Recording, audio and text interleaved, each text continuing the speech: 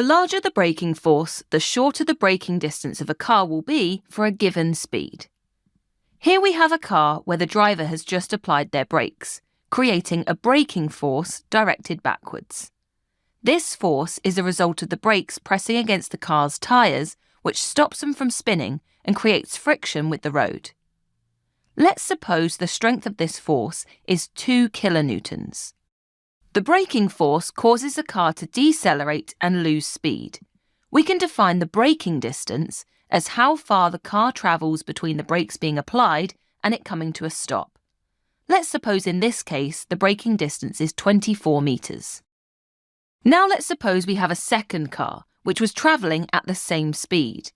The driver of this car also applies their brakes, but these have a braking force of 6 kilonewtons. The difference might be because the driver puts more pressure on their brake pedal, or their brakes are in better condition. As a result, the car decelerates more quickly, and they only have a braking distance of 8 metres. Remember that the shorter a braking distance is, the shorter the car's overall stopping distance is, and the less chance of it hitting the hazard it's braking for. But does this mean that we should always apply our brakes as hard as possible? Well, actually, applying too large a braking force can cause a driver to lose control of their vehicle. Remember that brakes work by stopping the tyres from spinning to create friction with the road, but this friction won't cause the car to stop straight away. In the time it takes to slow down, the tyres will slide along the road. This is especially true for natural roads where there's less friction. Because the wheels aren't spinning, they can't grip the road properly and the driver has less control of the car. So if the car is still travelling at speed, it can start to skid and slide around like so. In general, drivers should gradually apply their brakes so their tyres slow down with the car rather than stop straight away. This helps prevent the car sliding and skidding. But are there any other reasons we should be careful about how we use our brakes? Well, a large braking force can also cause brakes to overheat.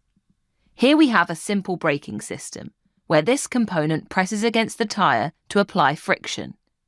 As it does so, work is done against the tyre to transfer kinetic energy from it to thermal energy in the brakes, causing them to heat up. Normally, this heat is gradually released into the surroundings, but if the brakes are applied too heavily, then their temperature can rise too much before the heat is released. The brakes aren't designed for temperatures this high, meaning they can be damaged as components burn or become deformed.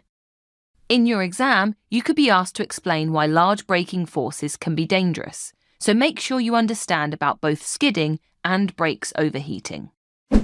Thanks for watching. If you want to take your GCSE revision to the next level, head over to launchpadlearning.com and check out our smart learning platform that's been designed to get you top results in your exams. We cover your whole specification and make revision fun with interactive quizzes, easy to follow videos and more. You'll be kept motivated by your own AI tutor who's here to support you every step of the way. To check it out for yourself, click here. Or click here to keep watching a selection of the videos from our full GCSE Physics course. See you there!